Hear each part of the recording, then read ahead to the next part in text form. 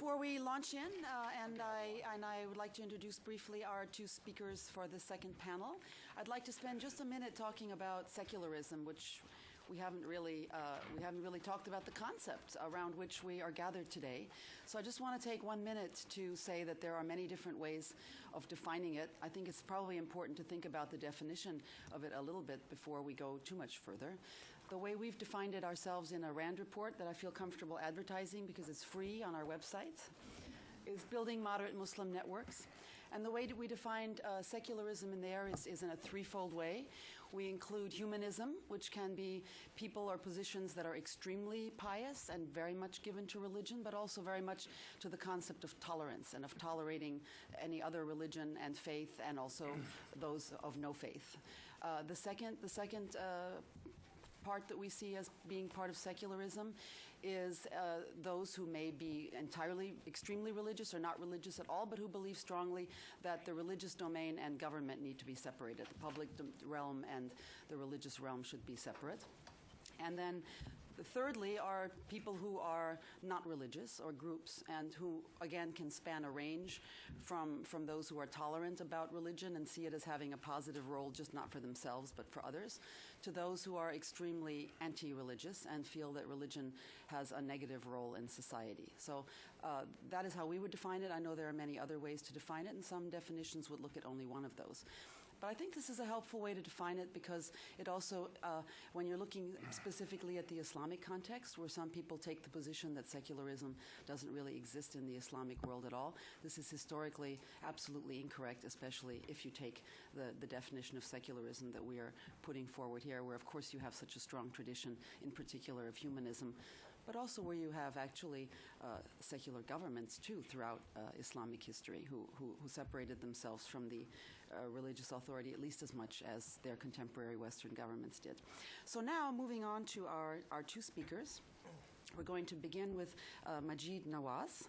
You have, again, as Haleh pointed out, you have the bios of our two speakers in front of you. I was very intrigued to know that he was in the leadership of Hizb ut-Tahrir for 13 years, an organization that I have been very fascinated with myself. I'd be curious at some point to get his opinion on an article I wrote once called Hizb ut-Tahrir, Bolsheviks in the Mosque, because what fascinated me about Hizb ut-Tahrir was their, I think, very strong incorporation of leftist language and also concepts. So, but perhaps we'll hear his views on that. He founded branches of Hizb ut-Tahrir in Denmark and Pakistan. In Egypt in 2002, he was detained and spent 4 years in prison. He was released through the offices of Amnesty International, after that renouncing Islamism in favor of traditional Islam and inclusive politics. He speaks to many forums, including grassroots organizations and the U.S. Senate, so a broad spectrum. Announcement? What year? Must have been May 2007. 2007, okay.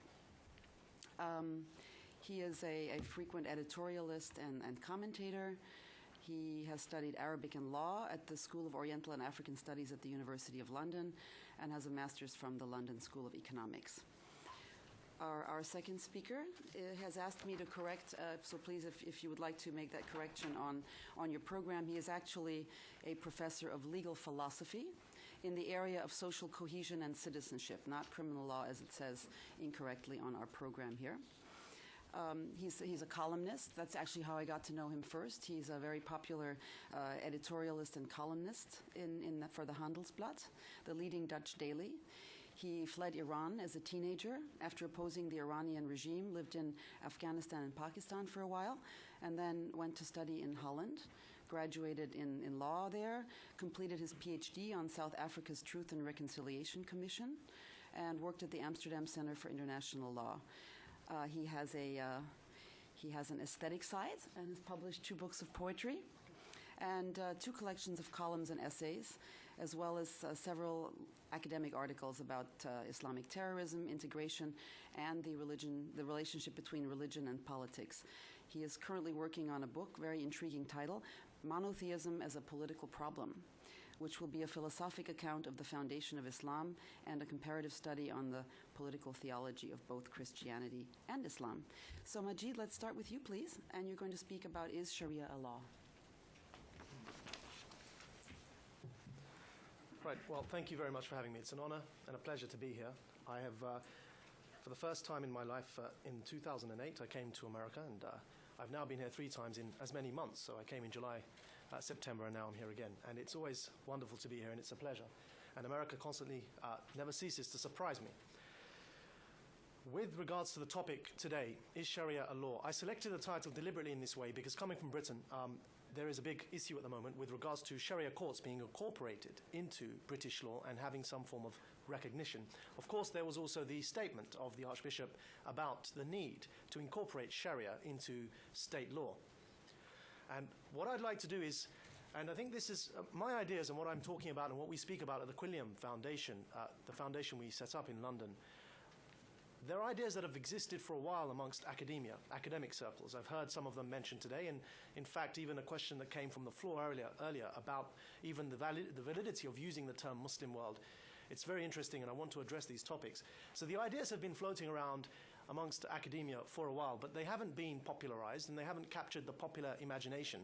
And certainly, what's happened of late with the growth of Islamist parties is the debate has been monopolized by Islamist parties to an extent where people, when discussing the subject of Islam, law, domination of societies through Islam, they tend to discuss the subject through the lens and through the prism provided to them by Islamists. And there are reasons for that.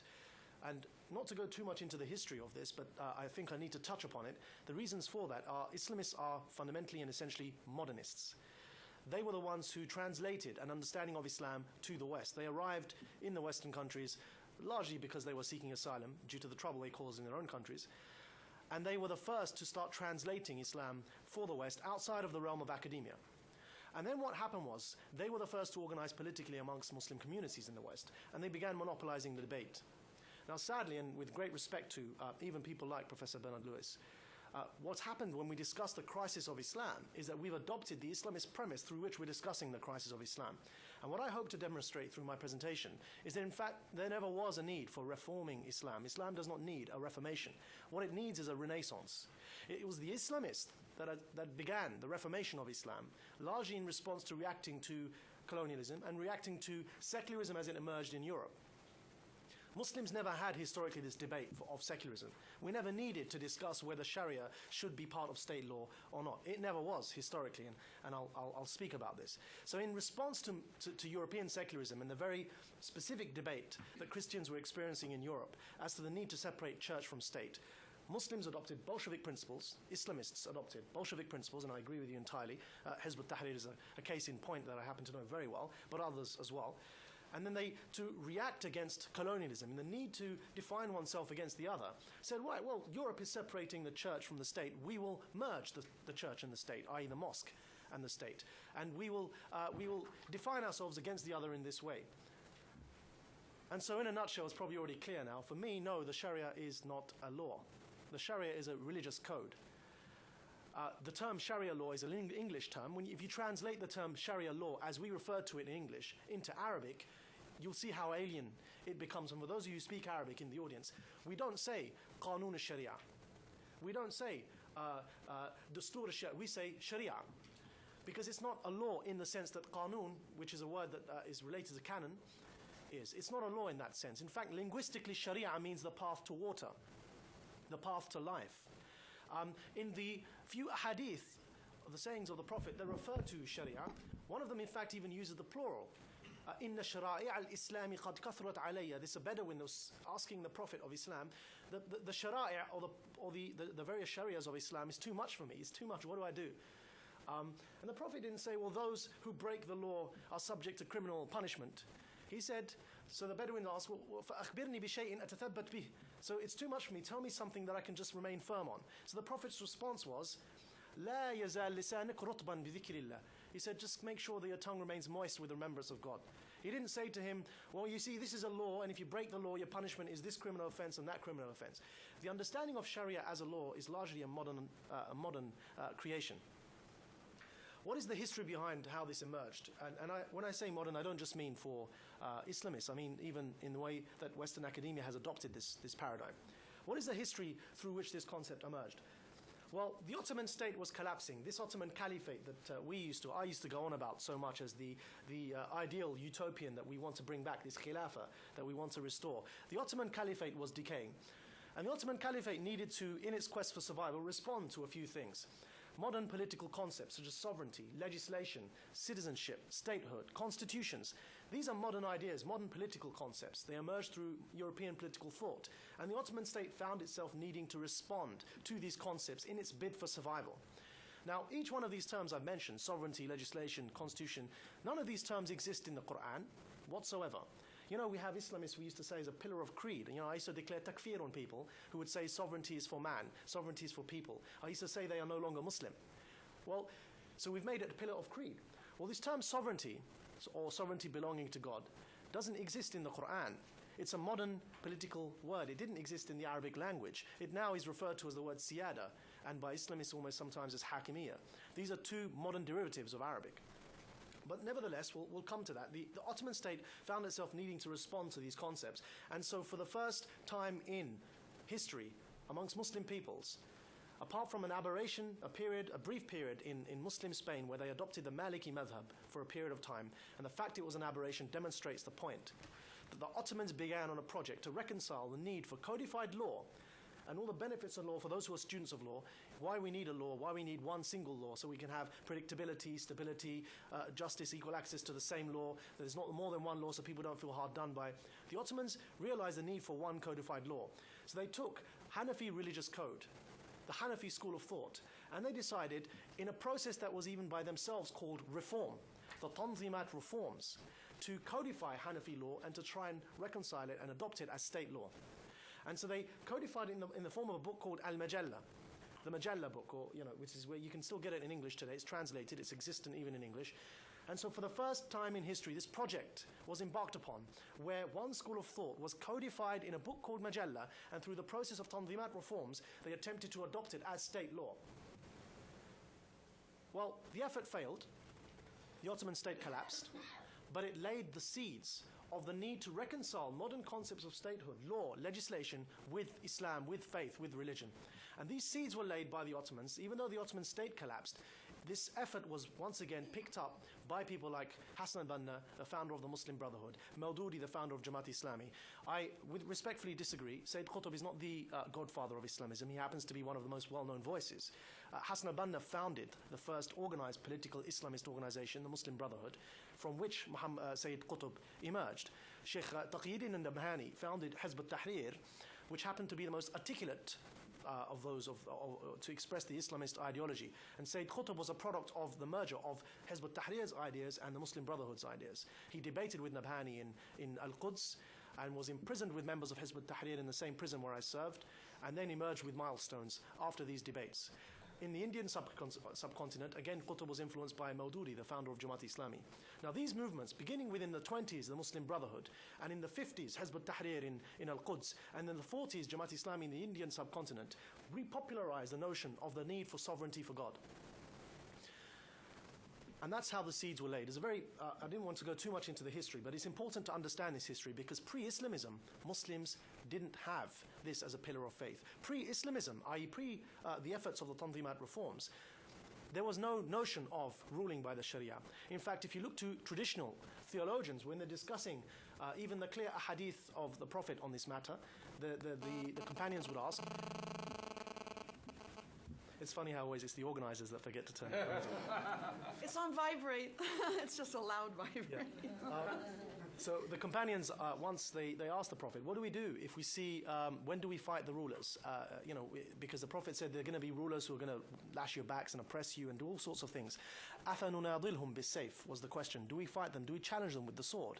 And he said, إِلَّا أَن تَرَوْا كُفْرًا بَوَاحًا فِيهِ عِنْدَكُمْ مِنَ اللَّهِ بُرْهَانٍ. No, except if you see categoric kufr from which you have evidence, burhan, clear-cut proof from the Quran and the Sunnah. And so people like Ibn Hajar al-Asqalani, the famous exegetate of Bukhari hadith, and Imam al-Nawawi of the Sahih Muslim hadith, when they comment on this hadith, they say, what does this mean, kufr buah, or clear-cut kufr? When do you fight the rulers? And they said, well, what this means for us is, when the ruler apostatizes, i.e. when he's no longer a Muslim. But in every other case, if he rules with dhulam or oppression, if he rules with fisq or transgression, if he lashes your backs and tortures you, you must remain obedient to this ruler, except if he apostatizes. Now this is a medieval interpretation of this hadith. And contextualizing this interpretation, we find that even in Europe at the time, with the wars between Catholics and Protestants, everyone was concerned about the religion of the king. You know, is the king Catholic? If he's Catholic, does he owe allegiance to Rome or does he owe allegiance to his own country? It was normal in medieval times to be concerned that the ruler of your land happens to be of your religion. This is pre-citizenship. So to interpret this hadith in that context is something that was perfectly within the times of the medieval period. And it was something that was common in Europe as well as in the Middle East and Muslim majority lands. Now, Islamists have gone one step further than even the medieval interpretation. As is, I hope, apparent from what I'm saying, I no longer consider it a condition for a valid ruler that he has to be a Muslim. However, that was relevant to the medieval times. Islamists have even gone, for all their claims of being traditional and being authentic, they've gone one step further. They talk about the need for the state to be Islamic. They talk about the need for the ruler to be ruling by Islam. Now this is a bid'ah. This is what we call in Islamic theology a bid'ah, an innovation. It's something which is wholly modern.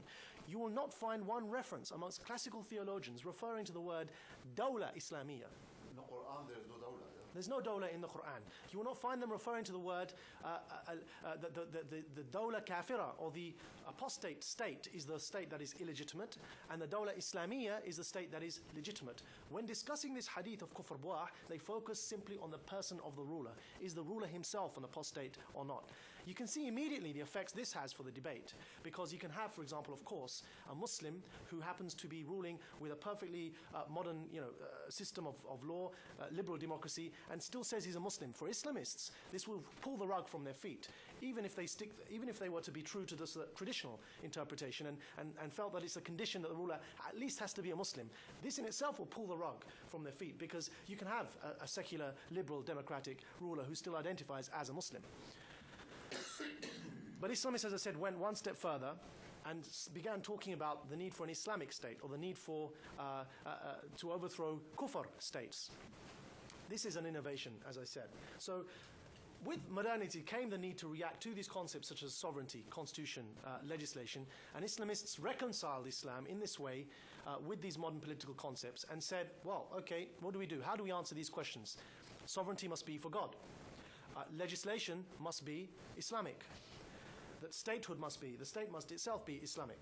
Citizenship, well, they said, right, well, if you're a Muslim, you're a citizen, and if you're a non-Muslim, you're from the Ahl Dhimma. So it's to reconcile what were medieval concepts and to reconcile them with very European modern political ideas. With modern warfare, they said, right, well, our concept of just war is jihad. We have an offensive jihad. So it was all a process of reconciliation.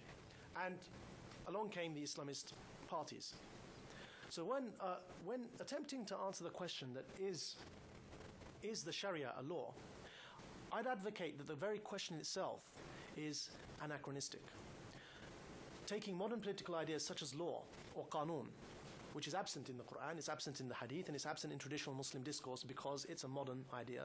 And then, as Quentin Skinner discusses in his paper, Meaning and Understanding, when understanding the history of ideas, there's a danger. One of the dangers he identifies is what Islamists have done and what non-Muslim commentators upon Islam have done through the prism of Islamism. That is to take modern concepts such as law, qanun, and anachronistically interpret Islam through this prism. Same with statehood, same with constitution, the need for a constitution to be Islamic. The word dastur for constitution in Arabic, it's a very modern word. It doesn't exist in traditional Islamic discourse.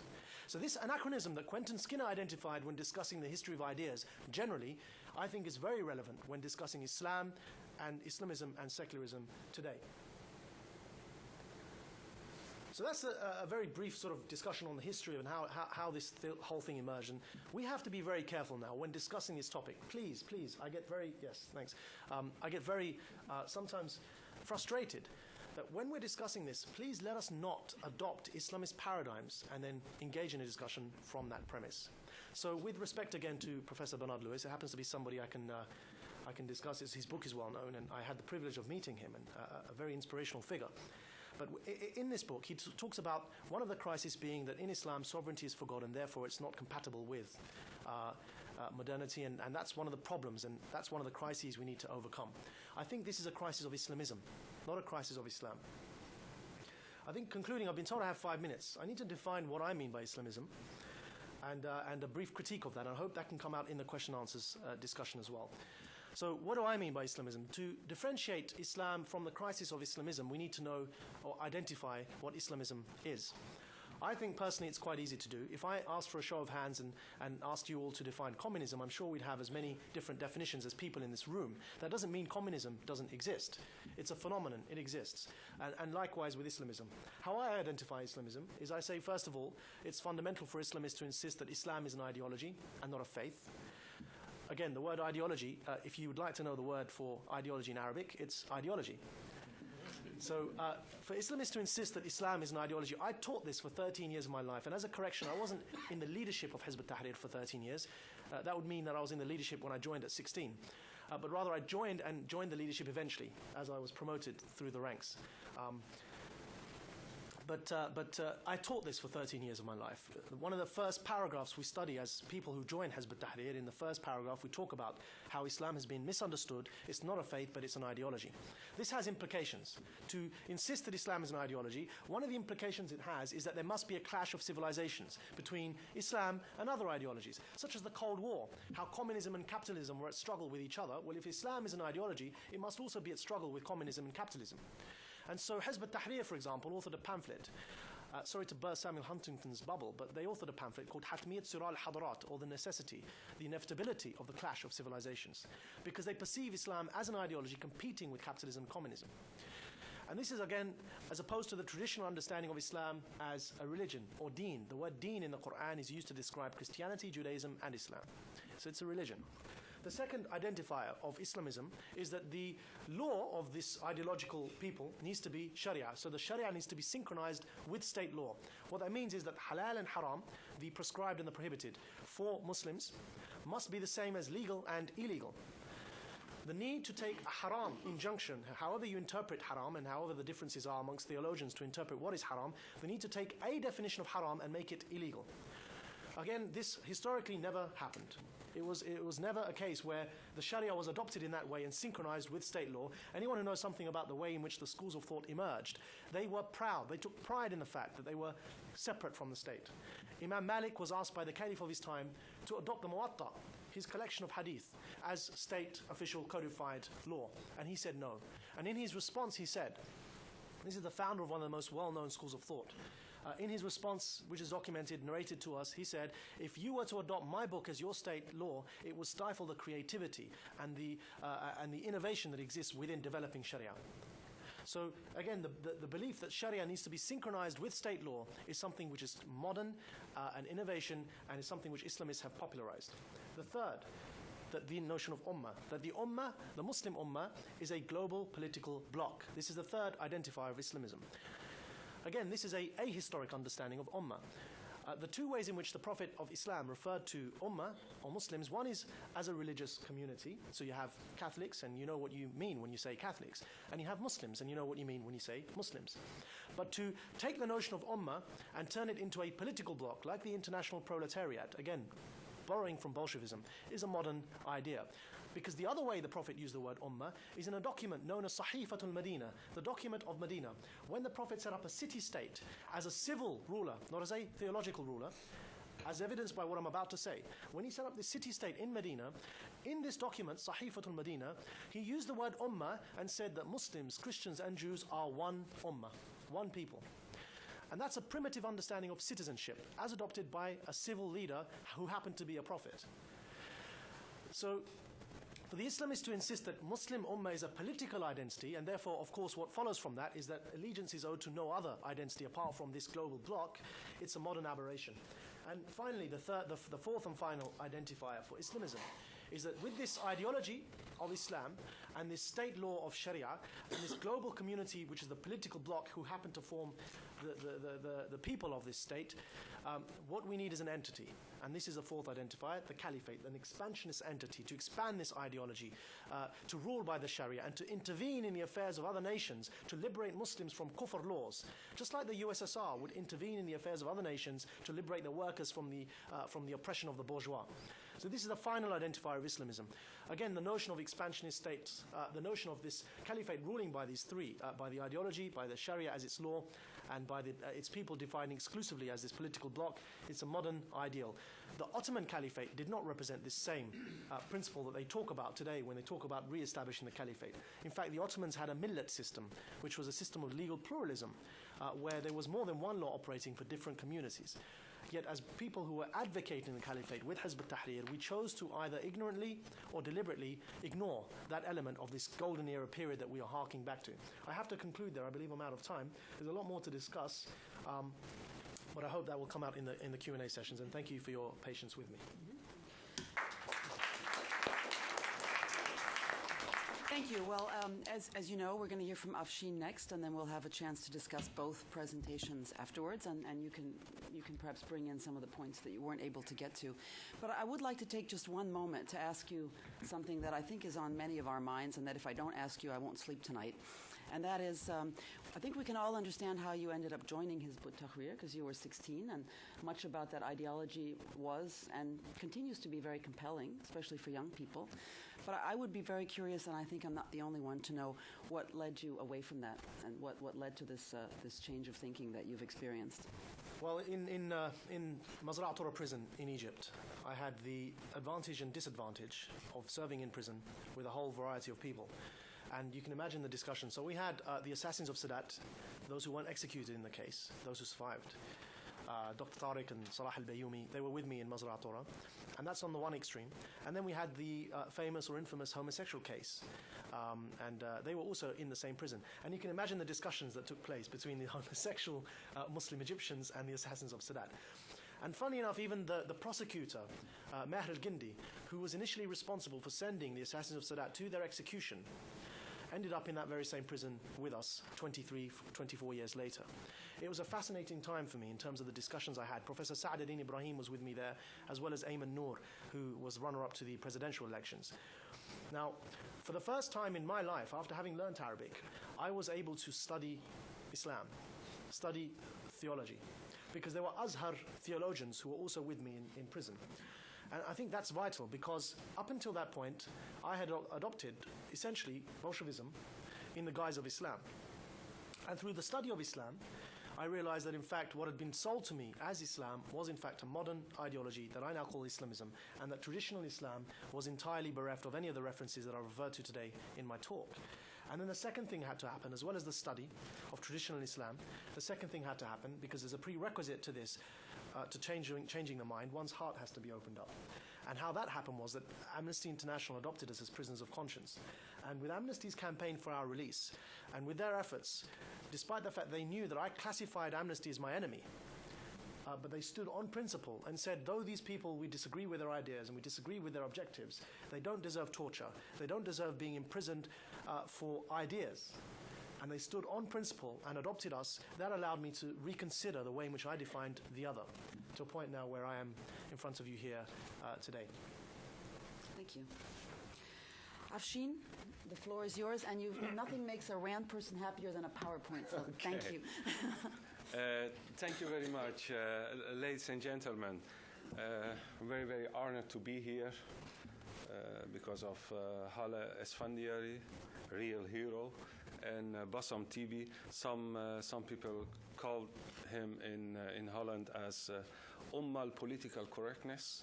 Is the mother of all political incorrectness. Political incorrectness. He's a very, very great scholar and very, very influential scholar in Europe and also in Holland. Thank you for this opportunity. Well, I wasn't a member of Hezbollah in Iran or something like that, but I was belonged to the generation, to the revolutionary generation. I was a member of the revolution as a teenager against United States of America, against Shah of Persia. against many things, but not as Islamist, but as leftist. And tragedy is that you are speaking about a leftist connection between leftist and radical Muslims and radical Islam. You saw that in Iran and how tragic was ended in Iran. Two members of my family are executed in Iran, and I don't know where they are buried. So I'm very, very impressed, Haleh, for what you are to make in Persian. Okay, I want to talk about other country, about country of my passport and citizenship. And that's Holland. It's a very, very small country, but at this moment a very, very important country, because never in Europe is so polarized the population and politics about Muslim, about Islam, about the future of integration as in Holland.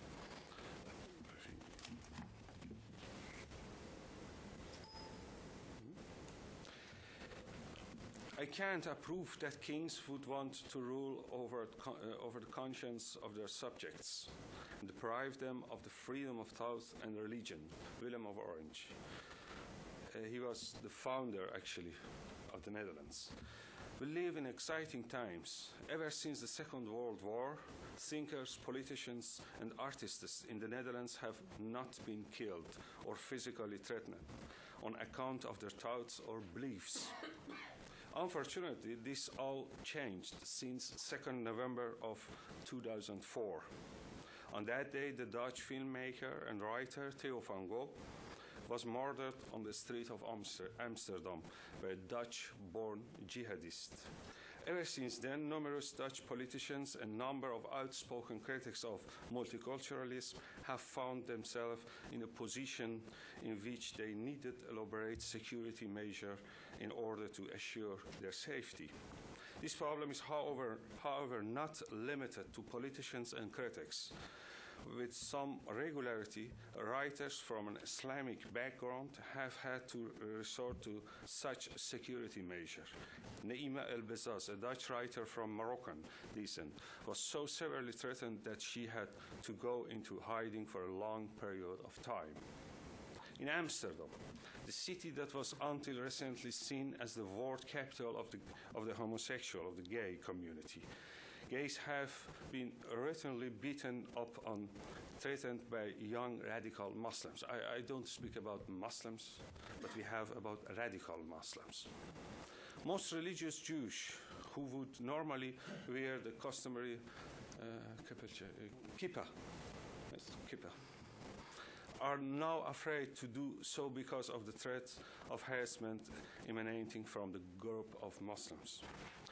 This is all very unfamiliar to a country which used to pride itself on its tolerance. How did this all come about? The Netherlands is a small country with a special history.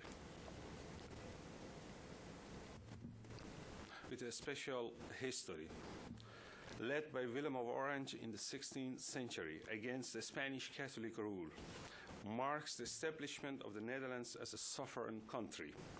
This was an event of major importance for the rest of Europe, since it not only marked by the end of Catholic hegemony over large parts of North Europe, but forces the formation of independent nation-states as well. In addition, the establishment of the Dutch Republic had a profound influence of the founding fathers of the United States of America. In Federalist Papers, a document consisting of 85 articles advocating the ratification of the Constitution of the United States, there are numerous references to the concept of sovereignty as it was developed in the struggle for independence in the Netherlands.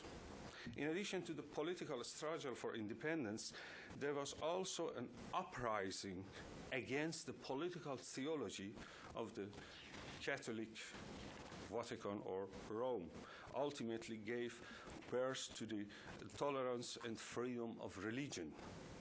This, of course, did not happen overnight, and it was certainly not a development that could be witnessed across Europe. Thinkers such as John Locke, Descartes, Voltaire found their intellectual refuge in the Netherlands. Locke's A Letter Concerning Toleration was written in the Netherlands, and the banned books of Descartes and Voltaire were published there as well. It's for this reason that next to France and England, the Netherlands has often been called one of the birth grounds of the Enlightenment.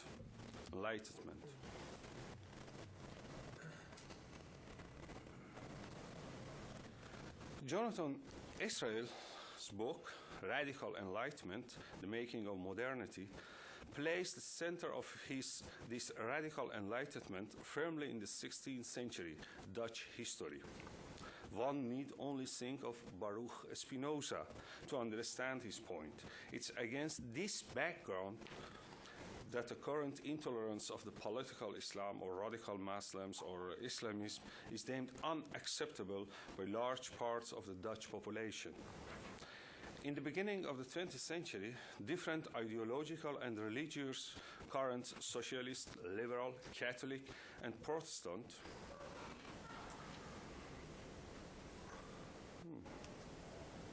I missed something here. Okay.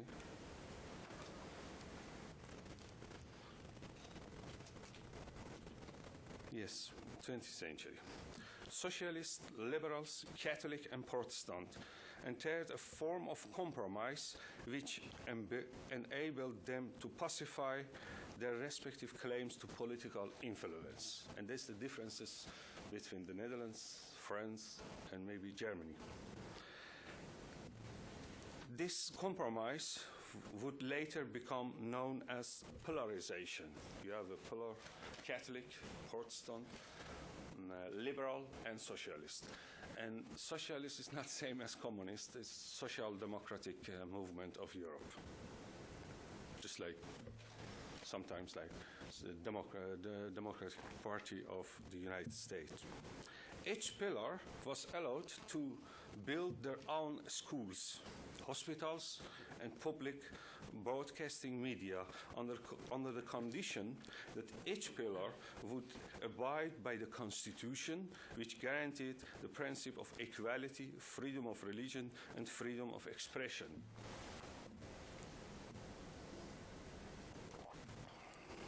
The government paid, the government subsidized building Catholic school, building humanistic school for liberal and socialist, building Protestant school.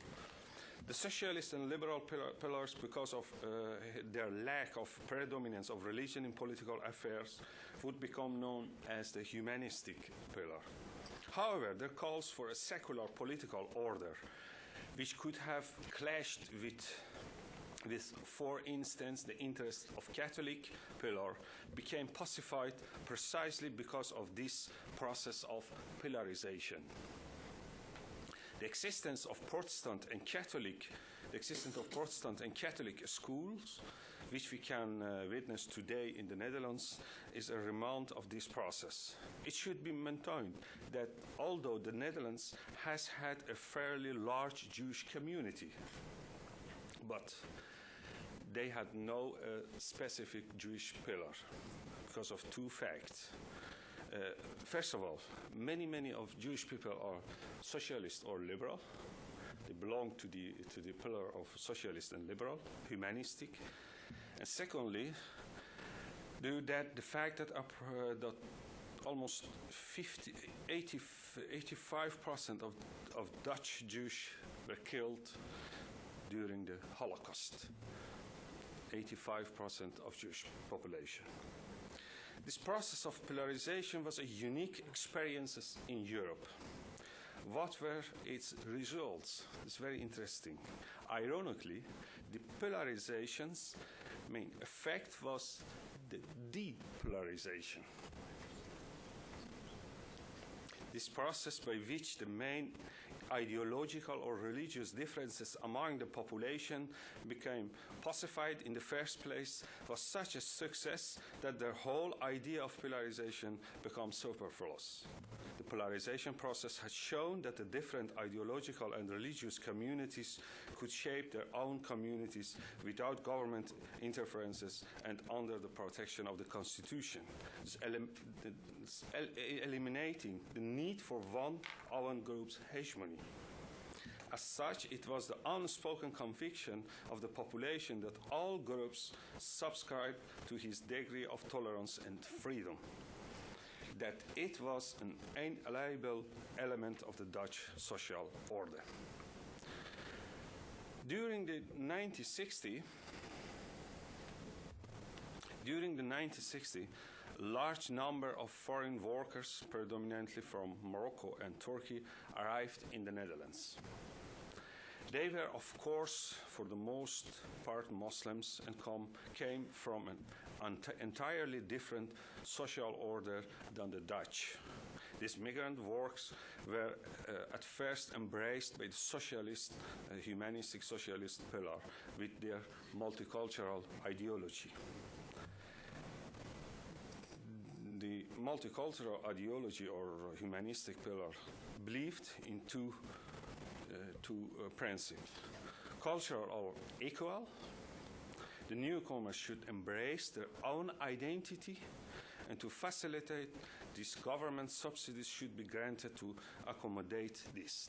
The government is obligated to subsidize the identity, Islamic identity or Moroccan identity or Turkish identity.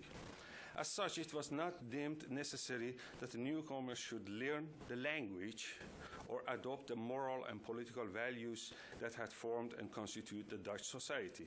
In fact, anyone who stated otherwise ran the risk of being labeled a racist.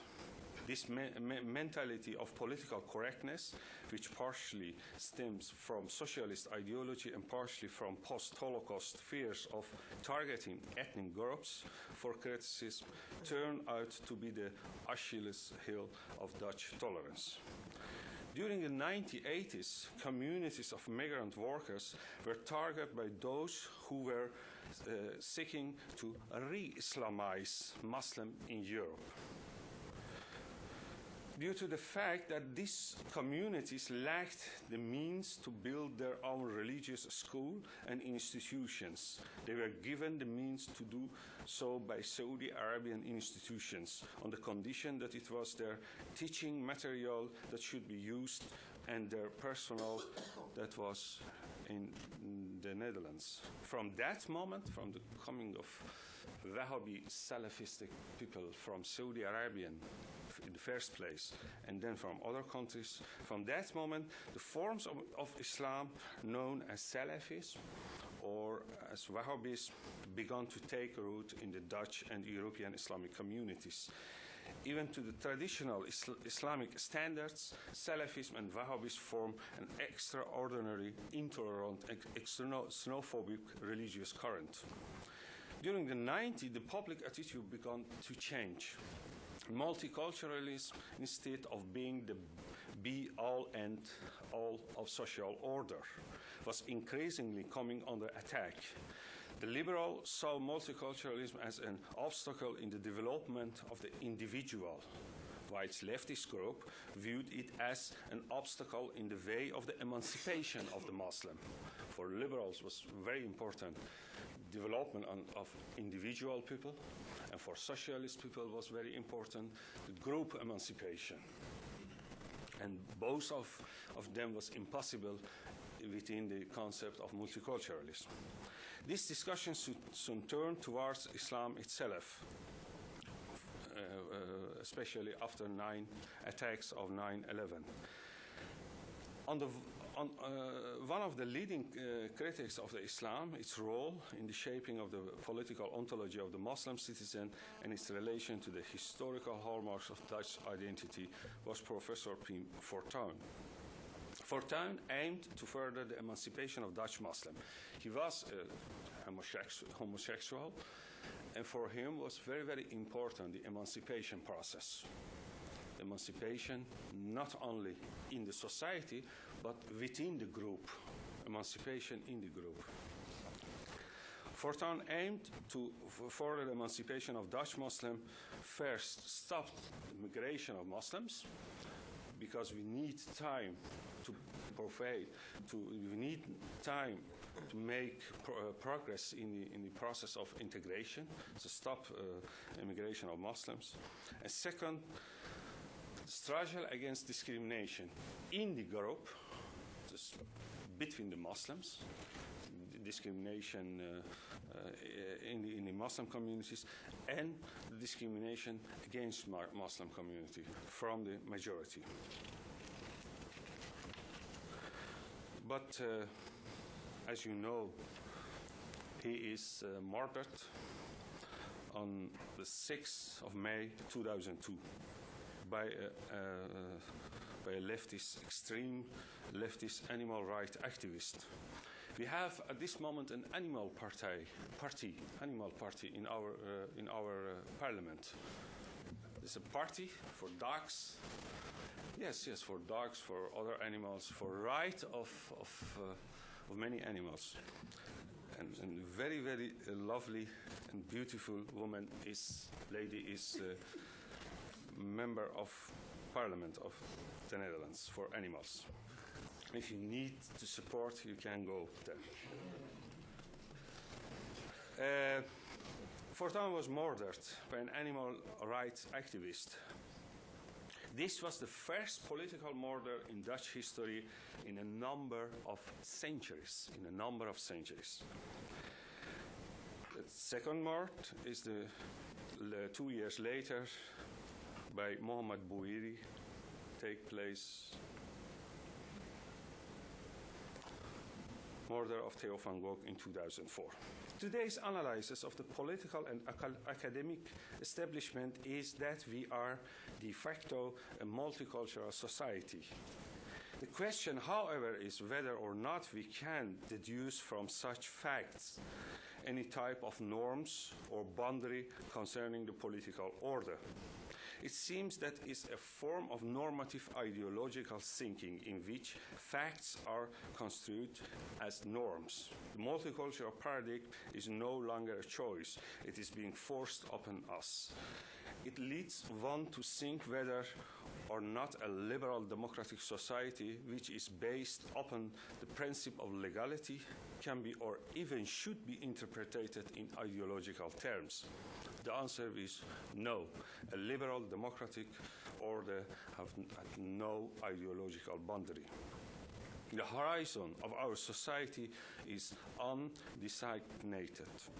It refuses designation precisely because of the separation between power, knowledge, and law. The French philosopher Claude Lefort already wrote that the seat of power is symbolically empty. Is Mohamed Bouhiri, the murder of Theo van Gogh. No, one in their right mind would have construed our society as being a Catholic, Protestant, humanistic, communist, or vegetarian society. It's impossible. Because of 2 million, 4 million Catholic live in Holland, it's impossible to say we are a Catholic country. We are not a Muslim country, we are not a Catholic country, we are a liberal democratic country. That means without an ideological boundary. The problem concerning Muslim immigrants in the Netherlands, however, at the start did not emanate from this group. Who is responsible for this problem? Not the immigrant. It was caused by the Dutch elite itself, which on the basis of postmodernistic arguments was not willing to accept these migrants into the Dutch social and legal culture. Immigrants were enticed to continue living in their own cultural values. Europe as a whole was unwilling to offer her legal, cultural, and fundamental respect for freedom of religion, of equality on those Muslims, immigrants. The refugees, Bertolt Brecht wrote, "The passport is the noblest part of a man, for without it, without citizenship, a man is not recognized as being a man. Indeed, the negation of citizenship eventually leads to the elimination of the individual." Our society does not contain transcendent anchor.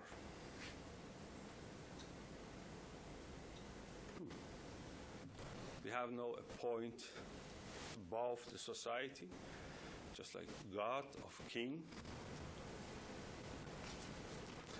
There is no God or king who can represent the final form of social cohesion of our country. The Netherlands, as so many countries in Europe, does not have a such anchor. In addition, the constituting shifting of national power to the European level pose a new problem because of heterogeneity, ethnical and religious heterogeneity of the society. In my opinion, is the Constitution and the corresponding notion of citizenship that forms the basis of such an identity. The Constitution used to be self-evident text because the Dutch people used that, and there were no other ethnical groups. But at this moment is a problem. What's the Constitution? Do we believe in Constitution as ultimate boundary and law? I defend a kind of Verfassungspatriotismus. It's a very, very nice German German begriff, describing. In English is constitutional patriotism. Because the German people after the Second War had to answer the question who we are. Are we German? Racial, ethnical? Or are we European? Who we are? And they have tried, they learned from the United States of America, to define themselves as a constitutional order. The constitution of a civil society is the minimal grammar of the political order within which laws and jurisprudence settle society's conflicts and interests. Only the constitution transcends all forms of polarity and polyformity, diversity, and because of this can be the fence within which the citizen can be brought and kept together.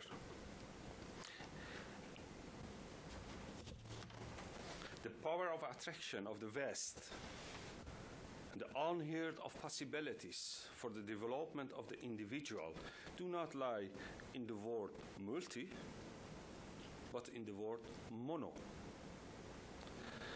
With which I mean that society itself is diverse and multicultural, that's the society, but the legal order and that the legal order that regulates it is a monocultural legal order, not a society but legal order, and that's actually maybe the meaning of laïcité in the philosophical sense, the neutrality of the state, government, and the state. The rights, obligations, and democratic procedure are non-negotiable. One can only recognize each other as equal and free citizen when this recognition is based on the same laws and language. Because of that fact, you have two minimal grammar for political order. First, constitution, and second, the common language.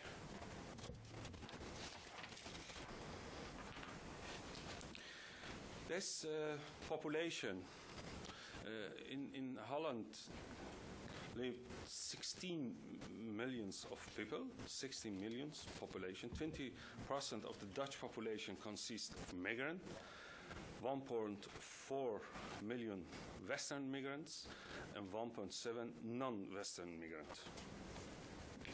41 is second generation, born in the Netherlands.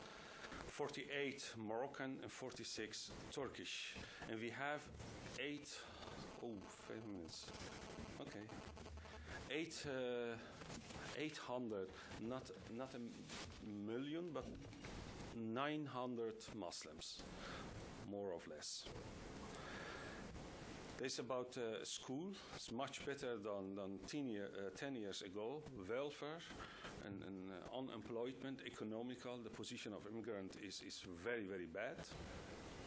Crime, it's a big problem. 62 of total suspects was foreign. 1.3% of native Dutch suspect of crimes, but 32 of foreigners suspect of crimes.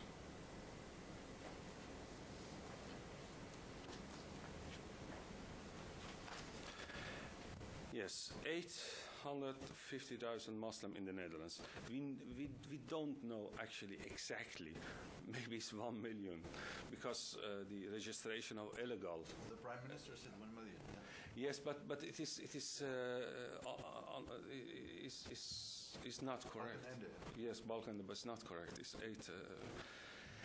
53 million in Europe. I don't know, includes Balkan and other countries. 20 million in European Union, maybe more, maybe less.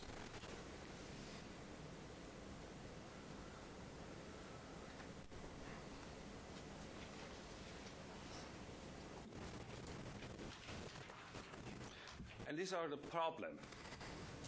Globalization allow for the easy migration of family and marriage.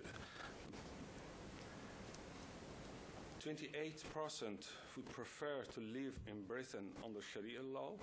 That's the report of a British organization, institute. Report Living Together, Living Apart. That was the title of it. Center for Social Cohesion. Yes. But I have no time for other issues here. But what I want to say you, Dutch society is polarized.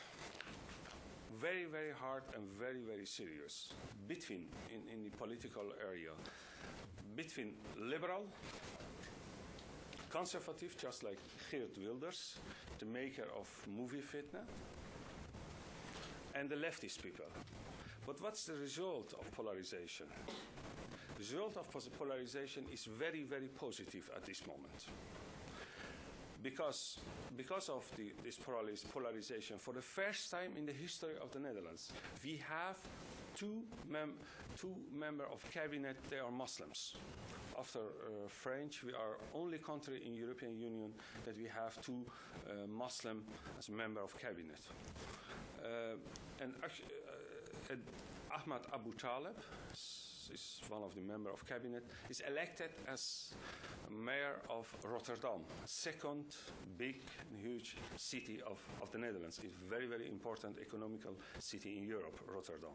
He is a Muslim, but he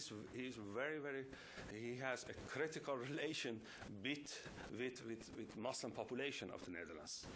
He told them, if you want to be here, you have to learn language, you have to work, you have not right to discriminate Jews, of homosexual, of other people, and you must be tolerant for critics of the Islam. And no Sharia. Absolutely no Sharia, no. This depolarization of the Netherlands is not a situation of war, of Balkanization, but a situation of the struggle between two versions, two analyses, two hopes, two ideas about how should be our society in the future. Thank you very much.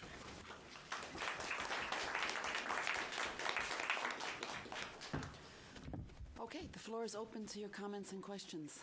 Yes, Haleh.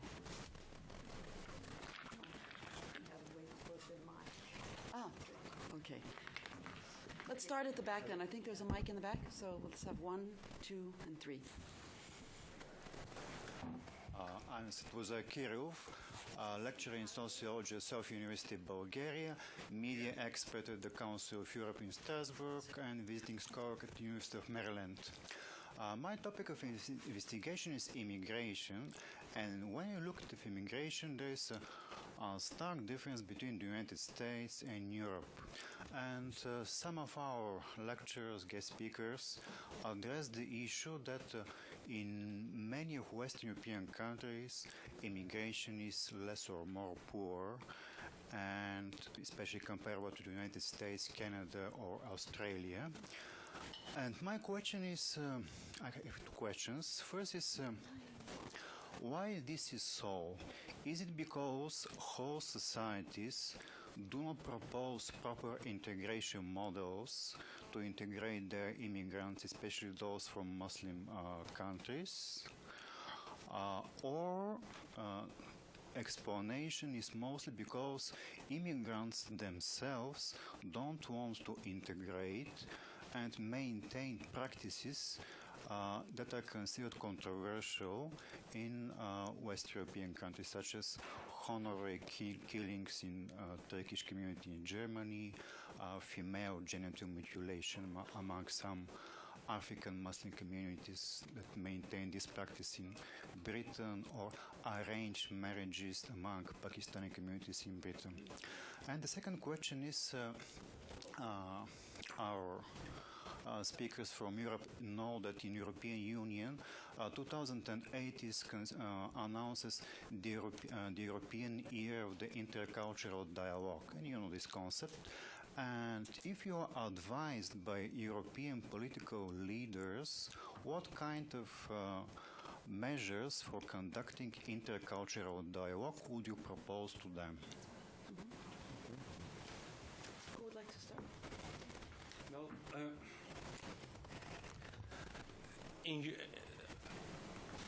for example, in Holland, you can ask the people, do you want to integrate or not? The problem is that the Dutch politicians and Dutch policymakers and Dutch intellectuals set the people in the 80s, in the 70s. You don't try that. You don't have to be integrated in our society. You're looking good. Moroccan, it's very, very beautiful. It's much better than European culture because of Shoah, because of Holocaust. They hated themselves. The American people, the optimistic people, they are always proud of United States. It's not the case in Europe. Especially in Holland, because of 85% of Jewish people are exterminated by Nazis. This is not the case in Germany, maybe in many countries. And that's the problem. That's the big differences between Europe. Optimistical thinking of United States is not usual in Europe. It's not regular thinking. We are very optimistic in France. Yes, but you have, my friend, very, very, very big problems in your cities. It was almost civil war in your cities. I know you loved France, I love Holland, but you have a big problem there in your cities. I said the contrary. I just said about optimism. There are a lot of big problems in the States, and that doesn't impair America of being optimistic. Okay, I understand you. Sorry. Optimism. I understand you. Projecting oneself in the future. Okay, I understand you. That's true. France is the only country that's claimed to be some kind of leader of Europe, and that's very good because we have a problem in Europe. Nobody claimed leadership. But what I mean is, look at Jean-Paul Sartre, a very, very important philosopher, a very, very influential philosopher of Europe in 80. He hated Europe. He hated Europe. And the elite of 60 hated Europe, hated human rights. For example, Michel Foucault, a very important French thinker, he hated human rights, it's power. Everything is about power. And that's what I mean, the nihilistical, not optimistical view. Spain is also very optimistic. Not only France, Spain is very optimistic. There are a lot of optimism in Europe. Okay, please. I don't know. We are disagree. We should have a conference on optimism. We'll do that next. Meanwhile, please. I'm going to keep my answer very brief. I think to encourage more questions, but I'd just like to say we've got to be careful about, again, framing the debate from a certain perspective. In the UK, for example, the problem isn't with immigrants. It's with second and third generation British citizens like myself. I'm not an immigrant. I take offense to anybody who would classify me as such, and I don't think anyone has here. But the point is that I, being a third-generation British-born citizen, adopted Islamism and rebelled against my family and rebelled against the traditional tolerant culture of my mother who had instilled within me liberal values. And we have to consider this dynamic. When I exported Hizb ut-Tahrir to Copenhagen in Denmark, the success of Hizb ut-Tahrir in Denmark was because they were recruiting from Danish citizens born and raised in Denmark. And that's where they grew. They grew in second and third generations through the universities of the UK. So it's not an immigrant problem exclusively in that sense. Islamism grew from people that were not immigrants, but were looking to adopt, to consolidate a sense of identity, and adopted Western political ideas, Bolshevism, socialism, communism, and imposed them upon Islam. Yes, Islamism as an ideology was founded in Egypt and other such places, but its spread through Europe is by and large through people that were born in Europe. That's important. I'm not saying first-generation immigrants who do arrive on the shores of Europe have no problem. They do have a problem, and that's expected with any immigrant community. But the problem of Islamism didn't grow amongst that generation. It's important to keep that in mind so we don't frame the debate incorrectly. And finally, structurally, I think there's a problem as well. This is just ideationally, but also structurally. When I was in Denmark, I was interviewed on Deadline TV, and the lady asked me a question. She said, well, how does it feel to be an immigrant to the UK with all the problems you face? And I said, excuse me, just to correct you, I'm not an immigrant to the UK. And she apologized. This was live on TV. And afterwards, I pulled her aside after the interview had finished, and I said, look, I'm sorry for having to correct you, but you guys have got to get this right. Basically, when in the newspapers, when there's an altercation between somebody who happens to be a Muslim but is a Dane, and somebody who happens to be a non-Muslim and is a Dane, you report it in the papers as Palestinian attack Danish person. This is not the way to report something. We both carry Danish passports. Forget that. Both were born in Denmark. And she, by the end of the conversation, apologized profusely and then said, see, what we need is more immigrants like you to make these points.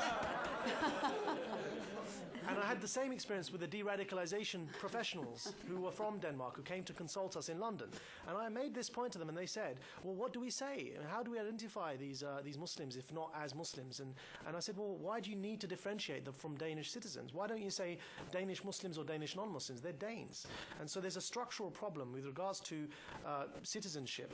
And there's just to conclude, there's a crisis of identity isn't just amongst those second and third generation people who are joining these organizations. There's a general crisis of identity throughout Europe as to citizenship. Is citizenship an ethnicity? Is it a faith? Or is it an allegiance? And it should be an allegiance. I think in the UK it's moving in that direction quite well. But in other countries, in Greece, for example, where I was, they've got a problem. They've got a real problem. 10% of their population is Albanian Muslim, culturally Muslim. Yet for them, citizenship is Greek Orthodox. And they exclude these people from giving allegiance to the flag and the national anthem in the mornings. There's a real crisis of identity, and we need to reconcile these concepts. It's not just about immigrants going to Europe. It is also necessary to add to your question, though, that there is a demographic difference in general between the Muslims in the U.S. and the Muslims in Europe. The Muslims in the U.S. came as permanent immigrants. That was their motivation to come. And also in terms of their demographics, they tend to be higher than average in terms of their education and their professional qualifications. So that's an important difference, whereas in Europe you had people who came with the mindset that they were temporarily there, coming as migrant workers and planning to go back home. And you had people who came as asylum seekers, sort of involuntarily, and including people who were very politicized. So it's a little bit apples and oranges, in addition to the differences, the cultural differences between the way the U.S. Approaches integration and assimilation and identity and the way the Europeans do. Haleh, you're next. a question for Majid and a question for Afshin. Second generation and third generation English Muslim origin are not talking about the Sharia as maybe being the law. I mean, it just so happened that this morning I was listening to an interview between exactly a third generation British woman who said that she would prefer her divorce to be a khul marriage, khul divorce, otherwise it will not be valid, and therefore she would like to go to the mosque. So what went wrong that the third generation still believes in Islamic or in Muslim way of marriage, divorce, and the laws of the country they live in necessarily they feel should not apply to them because they are Muslim. And then to Afshin, I think when you kept on mentioning polarization, and at the end you said, one got a sense that this might come to a clash. So is there a way to reconcile these two groups together? Because when Bassam spoke about it, he said, okay, he didn't mention clash at all. He said there are this lack of integration, but maybe these two communities will continue living parallel to each other. And of course, Jean-Pierre argued that this has nothing, the riots in the banlieue had nothing to do with whatever the religion of the people was. But again, we go back to the third generation who have not been integrated for whatever reason. And you mentioned to me, said, okay, why didn't we have the Vietnamese in France, Why didn't we have an uprising among the Vietnamese, for example, in France? So I mean, how do you see this, the future? I mean, Majid? Okay, I'm sometimes doesn't make for a good spokesperson to be so nuanced, but I do try and nuance things a bit more than sometimes avoiding the cliches and the stereotypes. With the radicalization that occurred in the UK through the 90s, the first cliche I'd like to perhaps dismantle is that this was not as a result of a lack of integration. I dressed in the same way that I dress now. I spoke the same English. I was in grammar school, destined for university. When I joined Hizb ut-Tahrir, it was by using the very ideals that I'd been taught in my Western education, and I rebelled against my parents, who were, up until that point, raising me in a very liberal way. Our family, my first drop of alcohol was from my mother.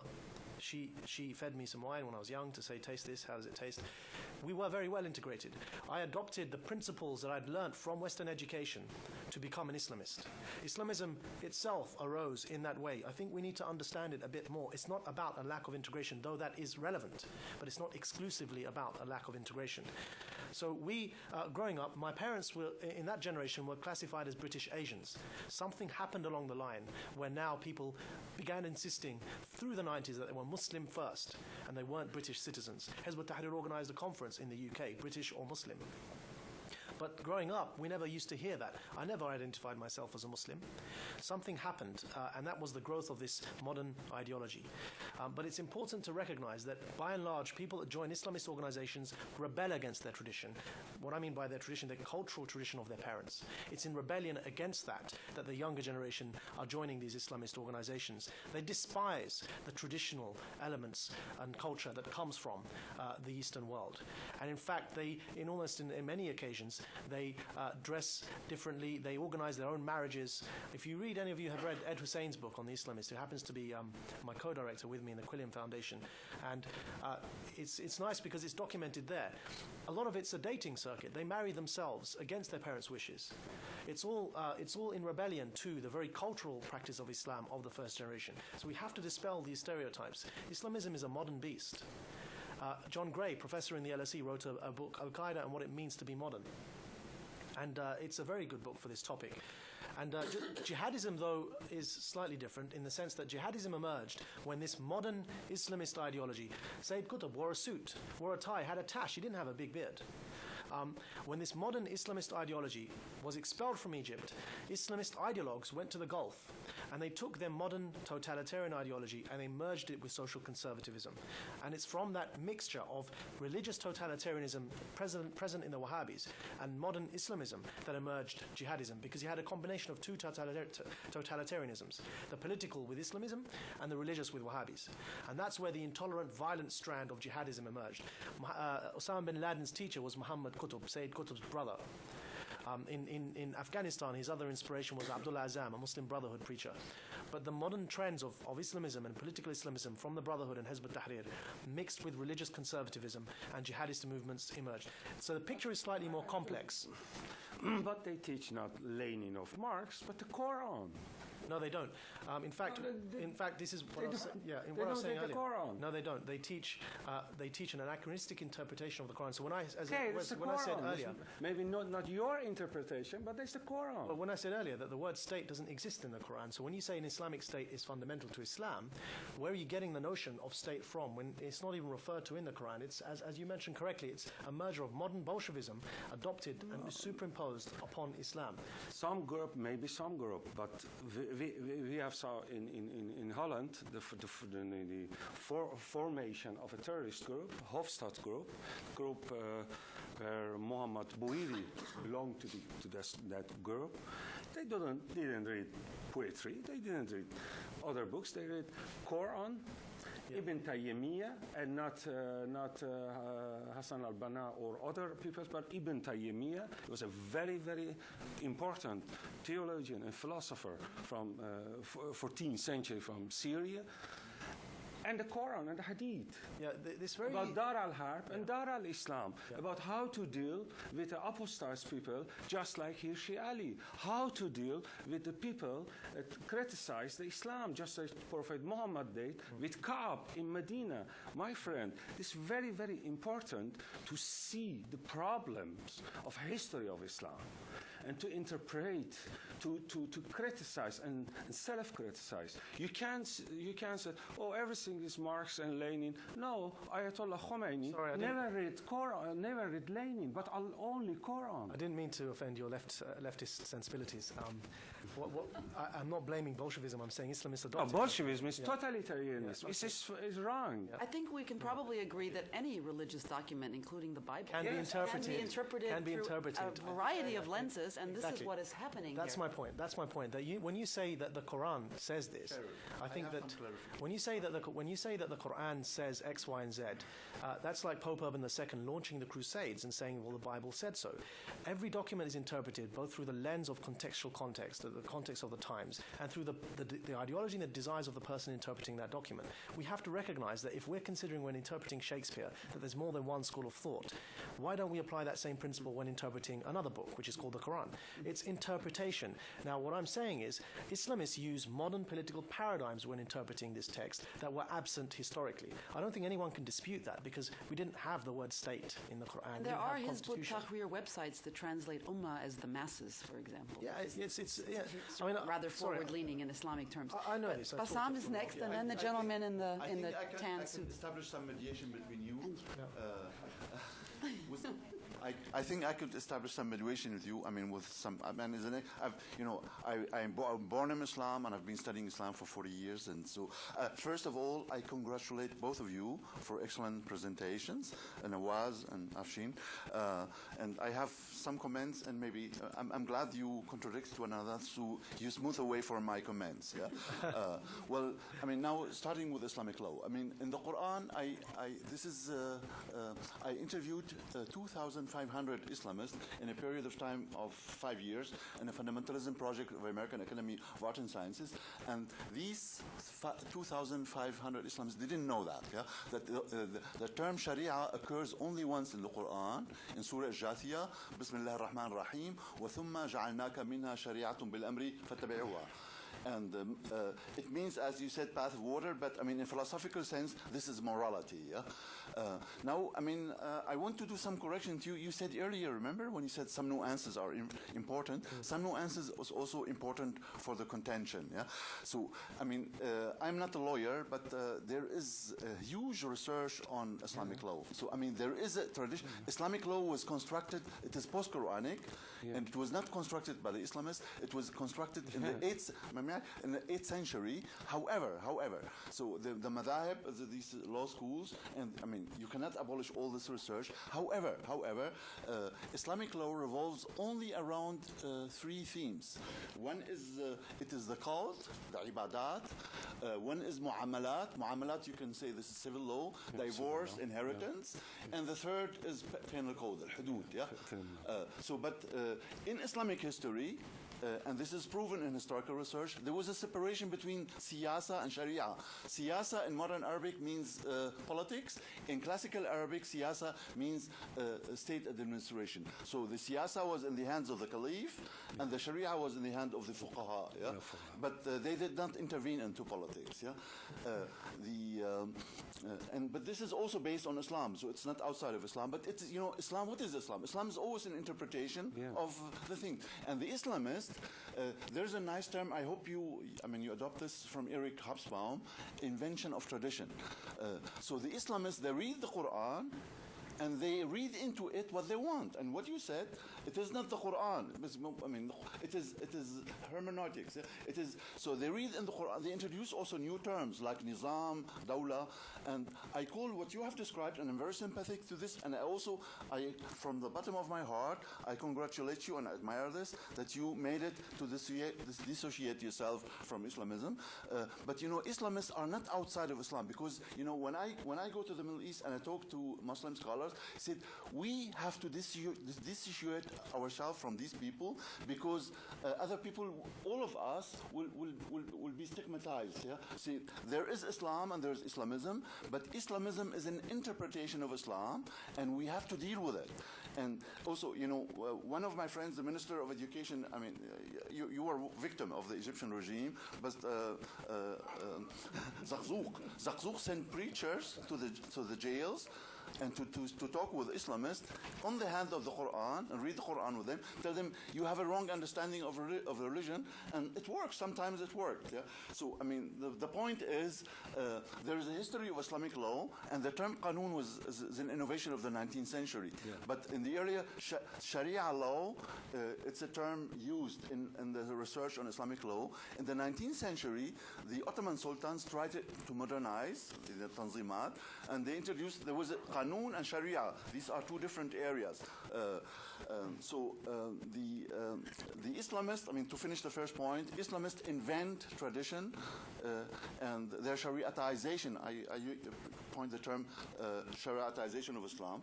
And the second thing is I study Islamism for 30 years. So Qutb, Qutb al-Banna, because you corrected me in your presentation, al-Banna was an ideologue and man of action. And all of his writing, published in one book, 270 pages. مجموعات رسائل الإمام الشهيد حسن البنا. Qutb wrote like this.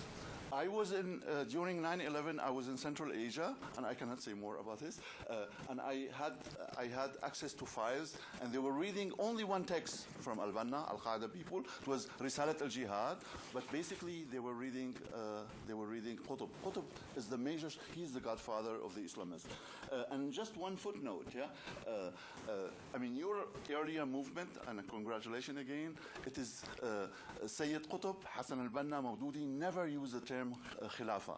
They use Nizam al-Islami, Islamic system. It's the only, and therefore I question people who qualify themselves as expert on political Islam when they say Islamist in plural, they want to restore the global caliphate. But the Muslim Brotherhood, I know all the sources. I have the sources in Arabic in my shelf. I never came across the term Khilafa in the writing in the past and in the present. And in the present, like Muhammad Salim Huda and others, they use also a Nizam al-Islami. And to you, thank you, for 2 points. One point is, in Europe, and I'm sorry, Professor Filiu, you gave us an evidence for this. Europeans do not want to acknowledge the problems. And even you are an expert on Islam, but there is an Islamic dimension of the Intifada Islamique in the banlieue. and they close their eyes. They say this is simply a social problem. There is an aspect, and if you do not acknowledge this, how can you address this? And they are, I mean, you are a fine person, you do not shoot at me. But you see, in the United States and Europe, especially in the United States, people shoot with moral bullets. You know, in totalitarian regimes, you have police and you have censorship, and here you have intellectuals who shoot moral bullets in you. So, you know, I'm a Muslim, I descend from the family of the Profes, so they cannot say I'm Islamist or Orientalist. They say Tibi is Orientalizing himself. This is one of the... and so one last point, the identity problem. Europeans do not give identity. America gives identity to Muslims, and that's why there's no problem here. Almost. There's a problem, but not like in Europe. Not even France. And I know my friend Mohamed Arkoun, they always say, I'm professor at the Sorbonne, but they say, Mohamed, ce n'est pas français. Yeah? So even France does not give identity. Yeah? Well, you are better than Germany, but all Europeans, including the French, are ethnic people. And unless you give up your ethnicity, European ethnicity, we will never become citizens. And you see, in Germany, I'm a Gastarbeiter. So if you call me migrant, guest worker, it is upgrading. And that's why even for people in the third generation, it is better to be labeled as migrant than a guest worker. Yeah? Yes. So this is a problem. And in response to this cornering, I studied with Adorno and Horkheimer, so I will not be Islamist. But you see, people who have lesser education, in response, they become Islamist. And so the spread of Islamism in Europe is a cultural defensive response to cornering, to exclusion. Thank you. Thank you. The gentleman here, and then Philippa. William, take that. No, here.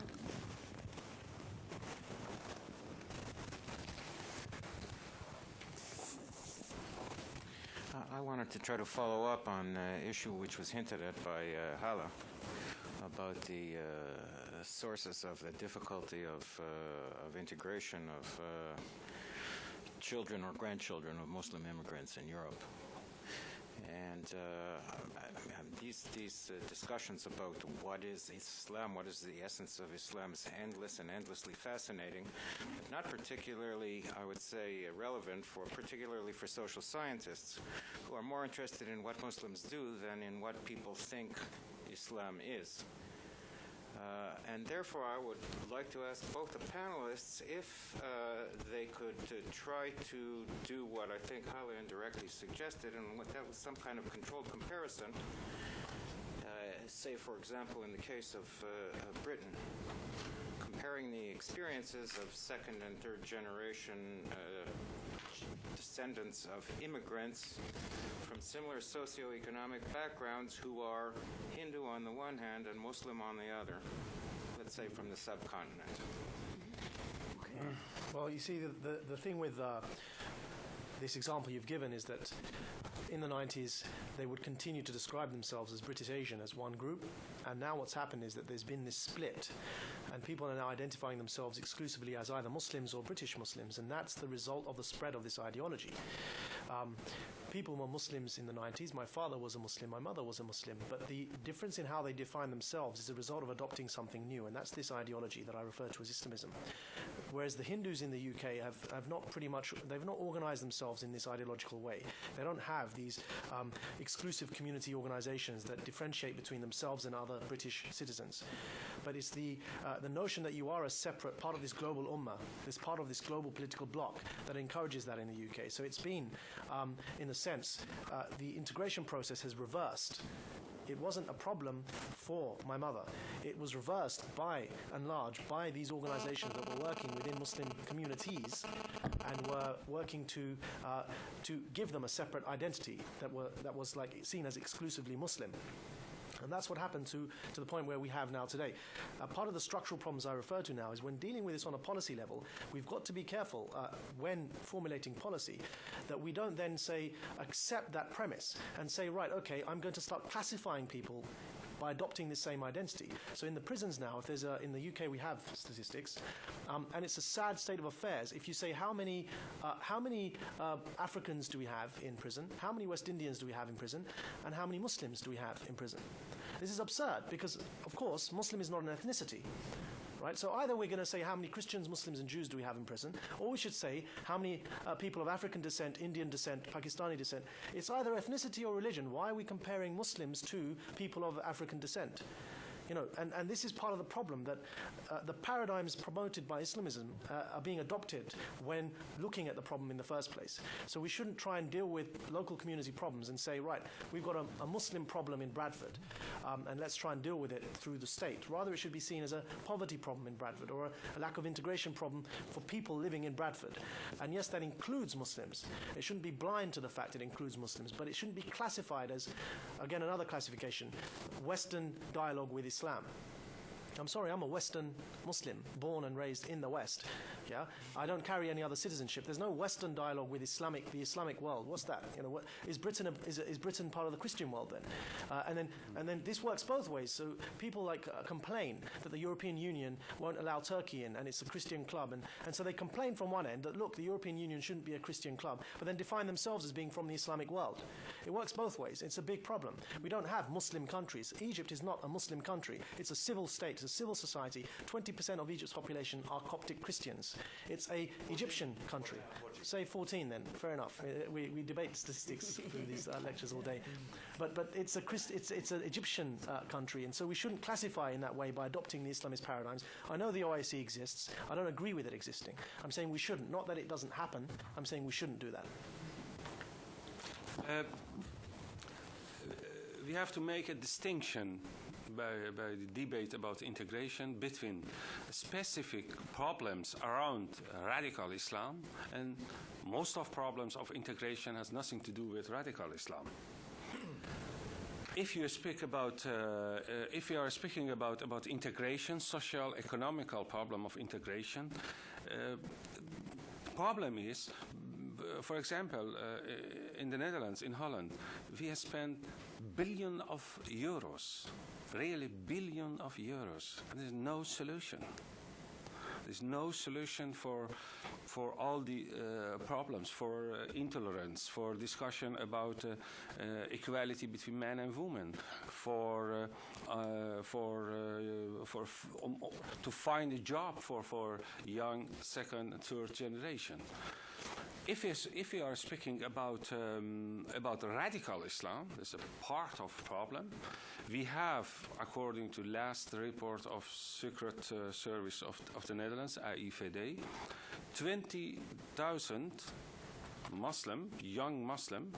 They are always young Muslim. There was never first generation. The second generation or third generation. And sometimes the Islamized Dutch native-born people, and they are very, very dangerous. Most dangerous radical fascists that you can find in Europe, across the Europe. The fundamentalist, German-born fundamentalist Muslim or Dutch-born fundamentalist Muslim. You have 20,000 young Dutch Muslims. They are able to accept Salafism. You have 2,000 young Dutch Muslims. They all already Salafist, radical Salafist, but they don't want to use violence at this moment. Tomorrow, we don't know. Between 150 and 200 Dutch young Muslims, they are Salafist, radical Salafist, and they are ready to use violence. And this is very, very dangerous. You know that 9/11 was made by 19 peoples. And we have some 200, 150, and 200 peoples. And they are moving. They are moving to Germany. They are moving to Pakistan. They are moving to Iraq. They come back in French. And it's very difficult to monitor these people. But globalized fundamentalists. But what's the solution, Haleh? You asked me the polarization. It is also about symbolical working of the terms of the metaphor. We have polarization. Can we find a reconciliation? Absolutely. It's a dialectical movement. We have polarization. Geert Wilders is radical anti-Islam conservative. He told the people in the parliament, where are the Muslims? And somebody asked him, think about Elion of Ayaan Hirsi Ali. No. They are apart. But where are the second generation Muslims from our country, not the political refugees just like Hirsi Ali or Elion, but second generation? Where are the second generation Muslims? They loved Holland, they loved democracy, they loved human rights, and they are against radical Muslims. It's very interesting. At this moment, many people said, oh, look at Abu Talib. He's a member of Socialist Party, and he is more radical with his solutions than Geert Wilders. And that's the dialectical. Because of that movement, we can win the Balkanization. Philippa, you're next. Here, right here. Thank you both so much. This is a question for Mr. Nawaz, particularly picking up on Professor Ellion's comment about a mono-legal order and the necessity for it. You alluded to the discussion that has followed the Archbishop of Canterbury's suggestion that there might be some adoption of, I suppose, given the discussion, I shouldn't use the term Sharia law, but exactly that, by the courts. Could you fill us in on what the discussion is like now, both within Muslim communities in England and within non-Muslim communities in England? Sure, thank you.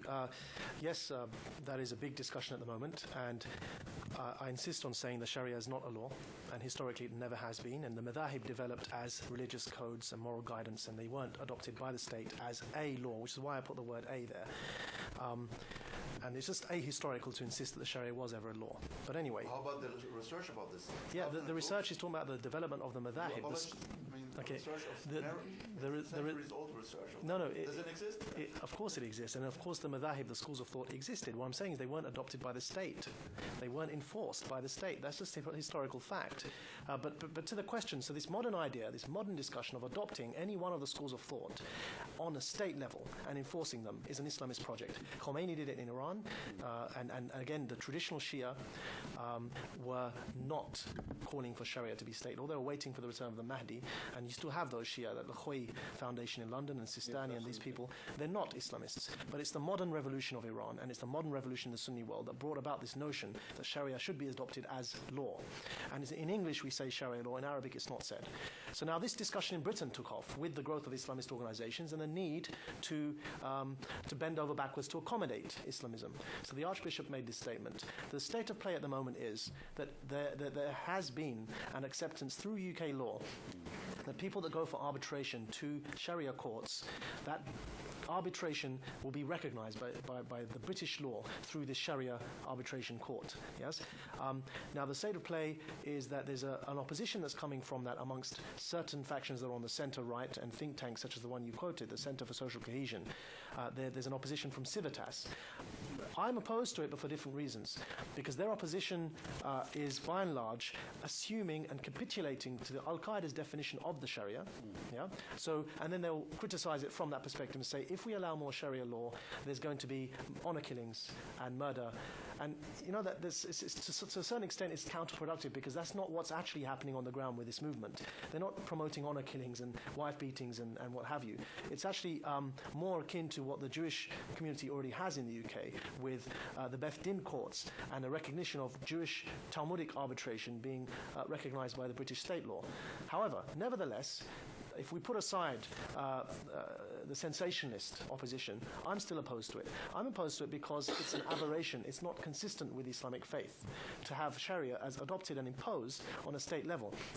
for the same reason that Imam Malik, the founder of the Maliki school of thought, said. He said it will stifle innovation and creativity.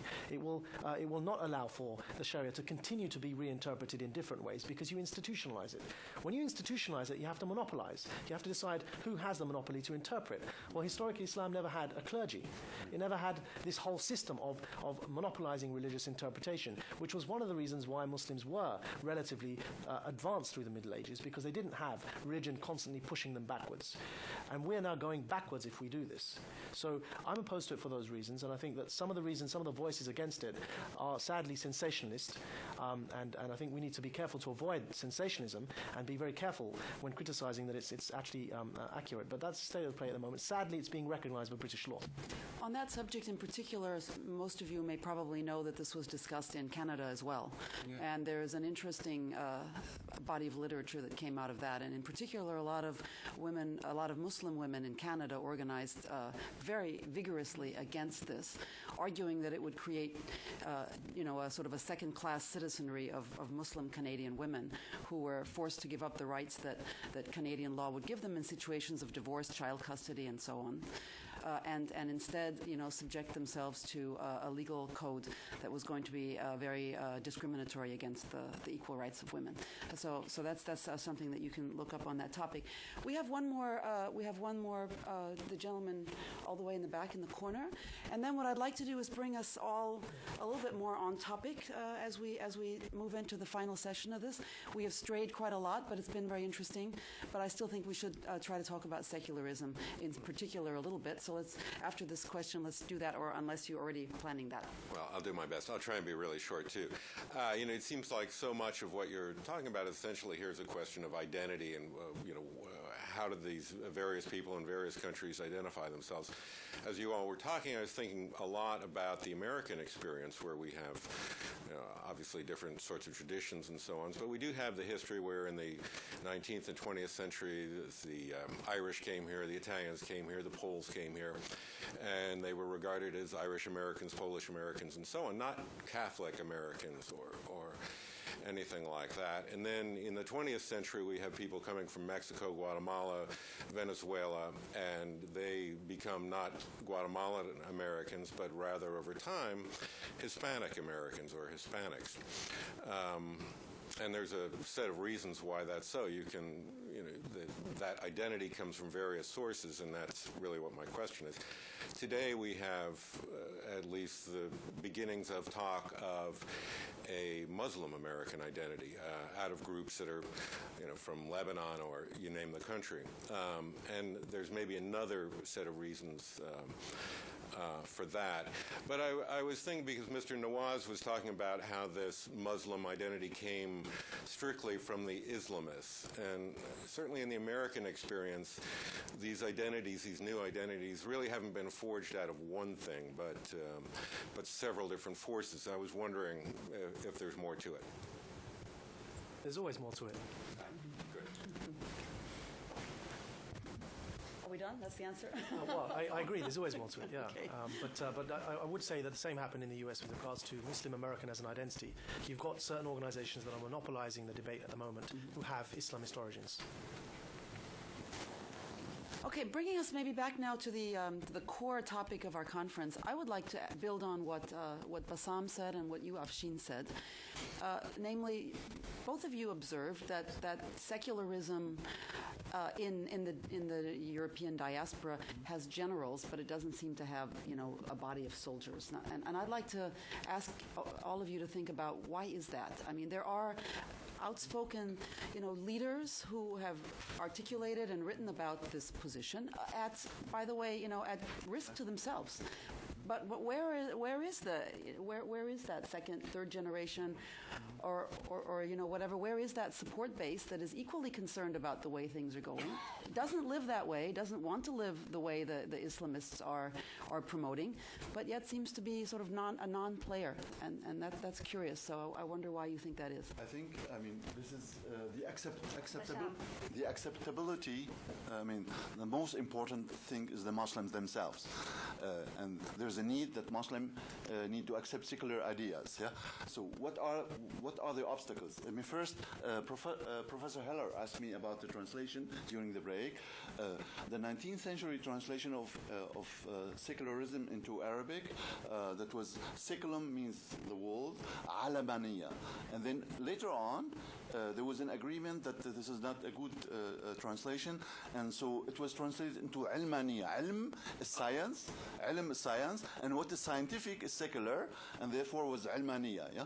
Now, with Sheikh Qaradawi, whom I consider the heir, you disagree, but I consider the heir of Qutb, he says ilmaniya, the best translation for ilmaniya is ladiniya. Ladiniya. And this, if you say to a Muslim, you have to accept ladiniya means none or anti-religion. So how can a Muslim, even a Muslim who's a nominal, who doesn't pray 5 times a time, if you say to expect from a Muslim to accept something which is non-Islamic, and therefore it starts with the language. And maybe we should abandon the word secularism altogether. I mean, in the use, and I use the term when I speak in Arabic. I speak al-fasl bayn ad-din wa siyasa. Separation between religion and politics. And I say, in 1979, I gave a lecture, a big lecture with maybe 300 people listening to me in Al-Azhar, Al-Islam wal-Almaniya. And I left unscated. If I do this today, I don't believe I would leave alive, yeah? Because things have changed, yeah?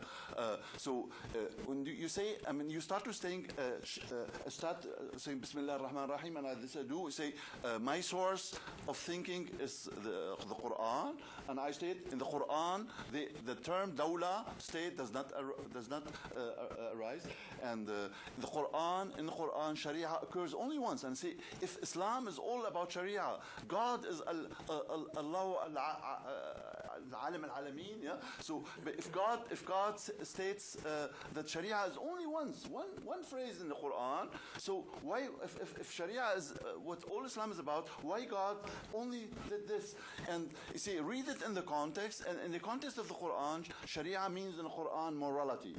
Be honest, do not steal, and so on and so on. Yeah? And so you have to establish some grounds for, I mean, ethical separation, in Islamic ethical terms, separation between religion and politics. Say religion is iman, and also, I mean, it could be political ethics, but not prescription how government is, because the term government, the term state, all these things do not occur in the Quran. I mean, to make the long story a short one, the first requirement is to make the idea of the substance of secularism, maybe without using the term, to make the idea of the separation of religion and politics and legitimization of whatever politics it is. In the Islamist case, we have a new totalitarianism, to legitimate this with Islamic terms. So to make the idea of separation of religion and politics acceptable to Muslims. I have given the hope about Egypt, and the next government in Egypt will be the Muslim Brothers. I am concerned about the European diaspora. I want European diaspora to become Europeans. I want to become citizen, and the Europeans must do also their homework. And therefore, the spread of the idea of secularism, I mean the substance, maybe without using the term, in the diaspora is today the job number one. Yeah. Yes, it's very difficult to say when and where maybe maybe arise the soldiers of secularism. I don't know. It's very difficult, ideological, religious, maybe legal discussion, not only in Europe but also in the Islamic world, just like Iran, about secularism, about the meaning of secularism, about the meaning of separation between the legal order, political order, and the religious matter. That's one of example of a new kind of interpretation about Sharia. That's very beautiful, Which is old, very good. But it is very dangerous if he tomorrow in Tehran or in Cairo or in South Lebanon tell the people, listen to me. Sharia is nothing. It's all about politics. I guarantee you, you are very, very in danger. And that's the problem. If I said about danger, the problem is violent people. We have no answer to violent people. We can disagree, but about several minutes we can talk about everything. We are friends, but in other parts of the world, in Islamic world, in Africa, disagree mean killing each other. And at this moment, it's a big problem that this element of Islamic culture, the violent element of radical types of Muslim, is going to the over in Europe. We've seen example in Holland that moderate Muslim, Abu Talib is a moderate Muslim. He is a believer. He's a good man. He's a believer, but he was threatened by the Hofstadtgroup terror network because they said, okay, if you are a true believer, why you are ready to work in Amsterdam under supervision of a Jew? The mayor of Amsterdam is a Jew, Job Cohen. And because of that fact, you are apostasy, you are a munafiq. And munafiqun are very dangerous people, and we have the duty to kill you. And that's the problem. We have no answer. The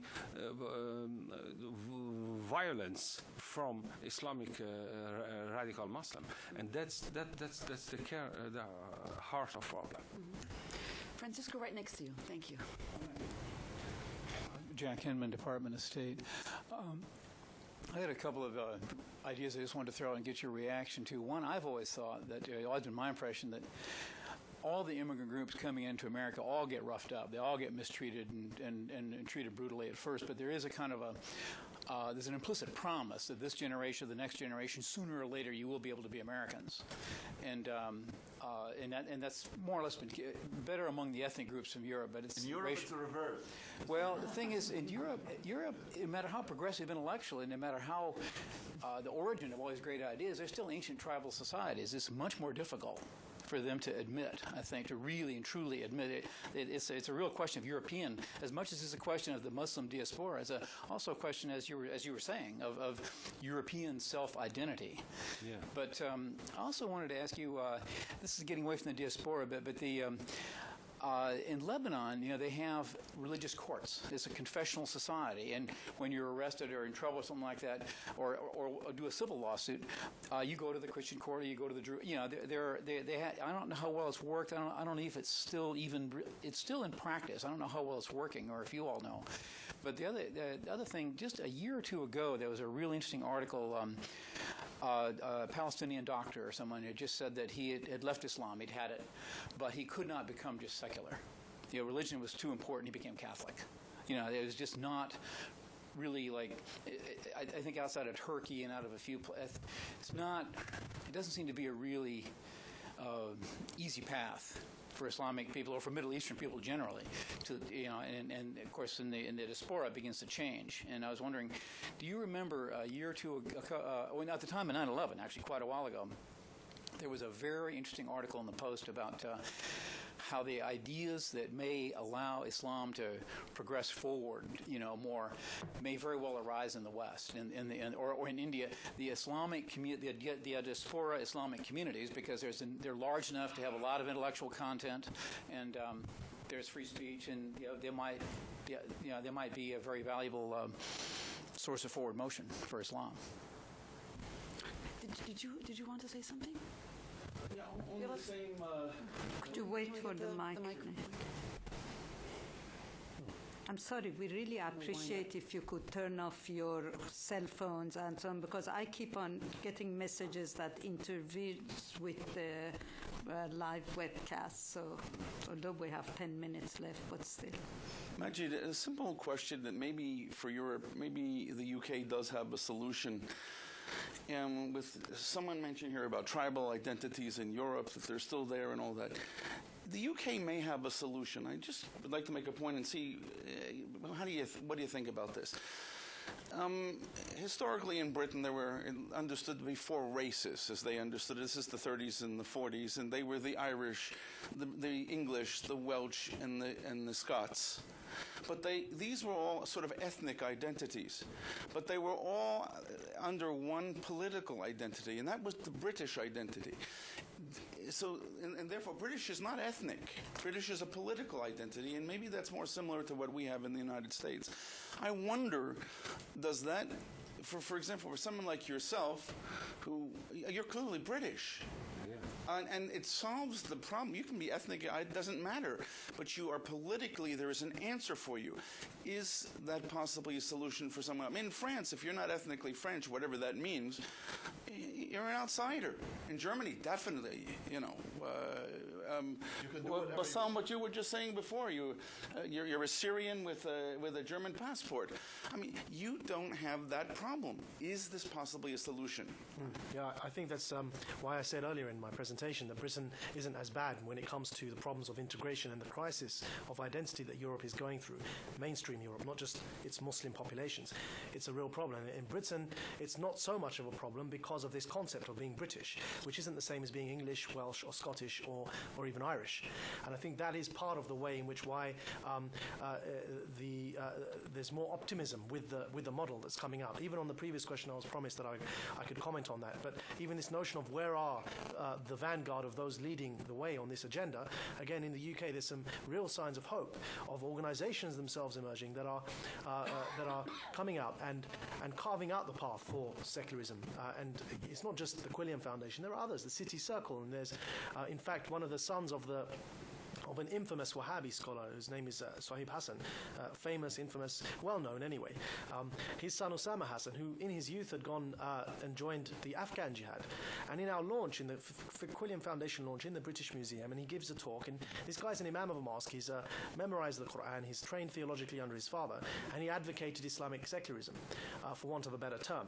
But the point being, there is a new generation emerging of young, former Islamists and former jihadists who are now trying to lead the way in reconciling a separation of state and deen and dawla, or state. And by the way, I agree with everything you said on that point. Mm-hmm. And there are. And I consider myself as one of those. And that's why I'm here. And I have pledged myself. I'm working full-time. This is my job. I don't do anything else. I'm working full-time, 24/7, running around the world. Before I was here, I was in Spain. Before that, I was here in America. And currently, the other director's in Syria. He went on a weekend trip to Indonesia, and then went back to Syria. And we're going to meet back in London on Tuesday. And we're working 24 hours a day to try and turn this thing around. We firmly believe that those who let the genie out of the bottle can play a large part of the solution of putting it back in again. And so, yes, I think that there is hope coming from the UK, and I think that perhaps people should look at that slightly more closely. Okay, speak now or forever hold your peace. This is our last round. Does anyone have anything to say? Yes, and then I'll let anyone who wishes from our presenters say something. Boris Musyenko. You know, I find it a little difficult when you speak about secularization, and yet you speak positively about Sharia courts in London, in England, for example. And yet, then you talk about a multicultural. I don't think he did that. No, huh? No, he didn't speak positively about that. No, he didn't. I'm opposed to. I must have misinterpreted that as positive. But no. What I was saying is that the criticism needs to be adjusted. There's two different ways of looking at it. One is criticizing Sharia courts by believing it will lead to more honor killings and various other murders and what have you. I think that's a sensationalist. I think that it may not necessarily lead to that. And if we push that forward as the reason to be critical, we may end up defeating our cause, because when that doesn't happen, then our criticism has to silence. I'm saying the real criticism for me, from this perspective, is it's an aberration. It's not necessary from Islam. It's not necessary for British law. It's not helpful for social cohesion, and it's not something which I think it's an innovation. It's not something which has been there traditionally in Islam to adopt Islam as a state law. It's not something that happened historically, and it stifles innovation and creativity to continuously reinterpret Islam, to make it continuously adaptable to whatever society Muslims find themselves in, which again is consistent with the spirit of traditional Islam, to constantly reinterpret. So I think that in fact is a step backwards. My apologies. That's fine. But then I just wanted to ask a question about, since you addressed the question about Sharia, pardon me, the expression law, in England and debate that's going on there. I'd like to ask Professor over there, I'm sorry, Tibi. What is the debate in Germany, particularly in view of that one case with a German woman, I think it was in Frankfurt, was it, that came before the court for divorce and because her husband was beating her and so forth, and the court ruled that she had to abide by her traditional Sharia law because she knew what a society she was marrying into. This is a German court, which if a German woman had appeared in the court, would have been against the Grundgesetz, nicht? Yeah. Can I say something? Yeah, please. I want It's to say Franz something Francisco's about. right. To say something about that, about European law.